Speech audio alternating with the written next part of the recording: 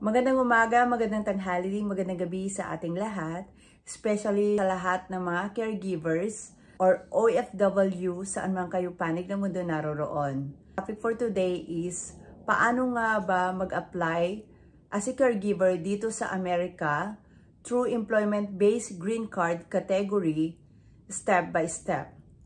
Panoorin niyo po ang vlog nito hanggang sa dulo and follow and share. Po pala si Anna Marie Danipog, 5 taong naging caregiver sa Israel at 5 taong naging caregiver at domestic helper naman sa bansang Italia at ngayon ay kasalukuyang naninirahan dito sa bansang Amerika. And nagtatrabaho din as a caregiver. Bago ko po simulan yung topic for today, isi-share ko lang sa inyo ang journey ko kung paano ako nakarating dito.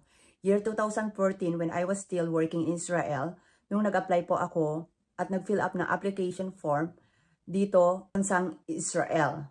Nag-wait po ako ng mga 14 to 15 months. I was in the Philippines when I received my labor certificate. Then while waiting, I migrated to Italy, year 2017. Doon ko po na-receive yung I-140 ko. 2018 when I was interviewed in American Embassy in Italy, and may mga additional legal documents pa silang hinihintay at hindi agad yon na-submit ng sponsor ko. So nag-wait ako, yung sumunod na interview ko is year 2020, March. Dahil sa nagkaroon ng lockdown, pandemic, hindi rin po natuloy yung interview ko that time. Year 2021, that's when me and my husband had the interview and nabigyan po kami ng visa dito sa Amerika. So natatakan na po ako ng visa nung panahon na yon. And then nag-migrate na po kami dito sa Amerika. Kaya sobrang saya po namin nung panahon na yon. Dahil at last, for 7 long years, na-approve na po yung visa namin papunta rito as a green card holder.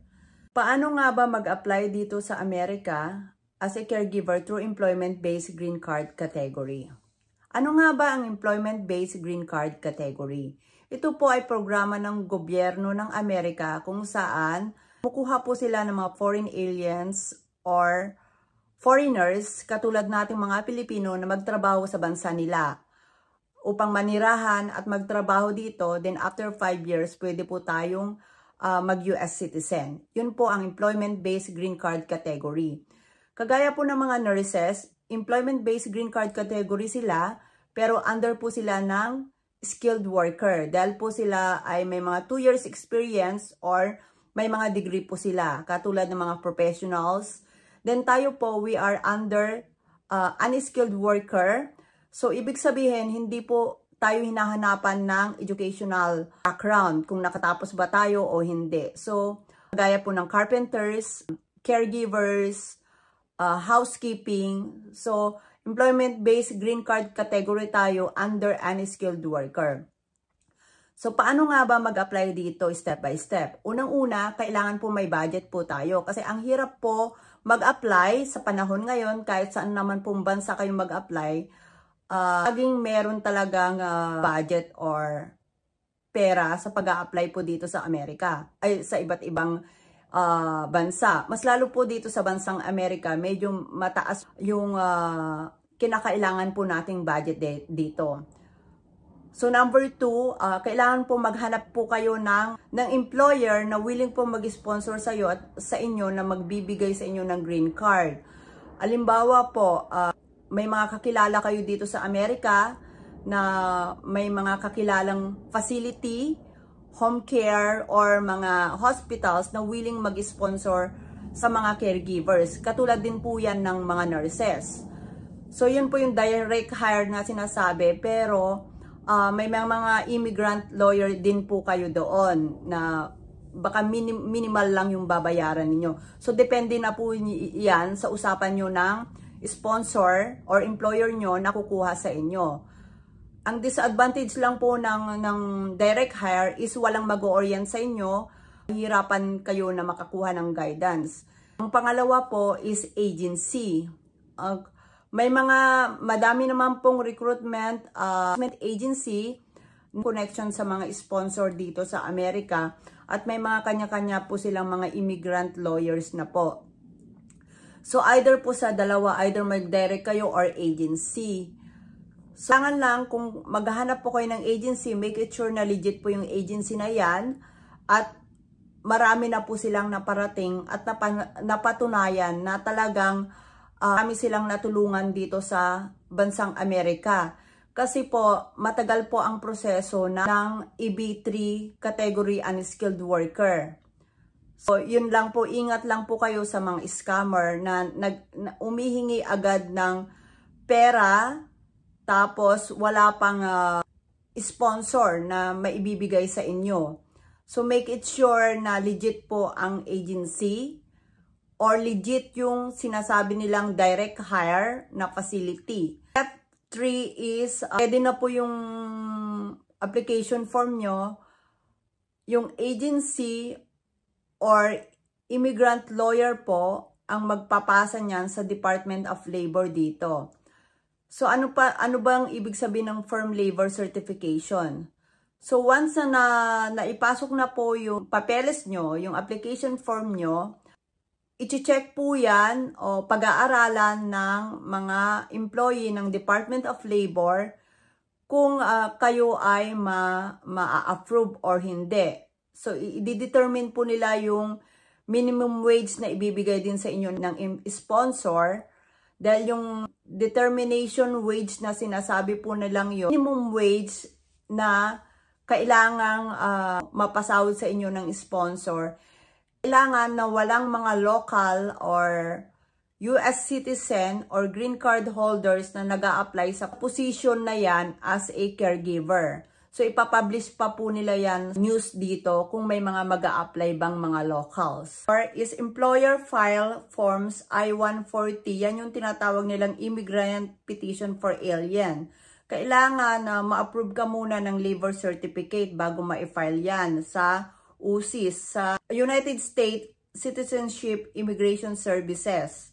So kailangan patunayan ng sponsor or employer na may kapasidad sila, financially stable sila para makapag-hire ng isang alien or caregiver nila. So, ang processing time po niyan is from 6 months to 12 months. Diyan na po kayo magpapas ng mga documents nyo, kagaya ng birth certificate, legal documents nyo, birth certificate, NBI clearance, police clearance, kung saan man kayo bansa nagtrabaho. Ganon din yung mga birth certificate, legal documents, passport copy ng inyong mga spouse at children below 21 years old. So step number is wait for your priority date to be current. So saan makikita yung priority date nyo? Nasa I-140 po nyo yan or nasa labor certificate ninyo. Kailangan bilang aplikante, hintayin nyo po yung priority date nyo kung kailan magka-current. Makikita po yan sa visa bulletin. Monthly po, nagpo-post po ang government po kung saan makikita ang iba't ibang bansa current na yung mga priority dates nila. So, depende po yan kasi marami pong bansa ang naka-apply. So, may mga quota rin po yan, may mga limits. So, sa bawat ba nag-a-apply po dito sa bansang Amerika. Apply for an immigrant visa. So, once your priority date becomes current, apply for a visa at the US Embassy. Magsasubmit muna kayo ng Form DS-260 nyo. Ano ba yung Form DS-260? Yan yung sa SEAC account ninyo, magpipill up kayo ng online application nyo or resume kasi dyan magbe-base ang embassy sa pag-i-interview po sa inyo. So, nag-email na po yung embassy sa inyo kung saan kayo magpapa-interview and magpapa-medical. Yung visa nyo po approved, marireceive nyo na po yung green card nyo. So, after po nyan, yung green card holder po nyo is imi-mailed po sa inyo na kayo titira dito sa Amerika. Number 8, begin to work as a caregiver sa nag-sponsor sa inyo. Either 2 years or 3 years ang contract nyo sa kanila.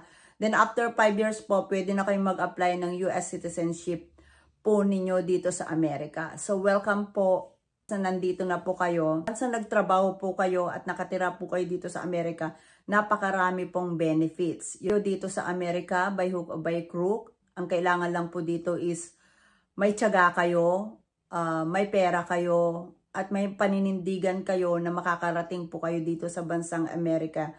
And isa po ako sa magiging masaya at mananalangin na nawa lahat po ng kapwa ko caregivers sa OFW ay makarating po dito sa Amerika at maranasan din po nila yung nararanasan naming mag-asawa ng lahat ng mga nandito na po. Yung freedom to work and to live here peacefully and happily and to earn more dollars. Yun lang po. God bless everyone. Bye.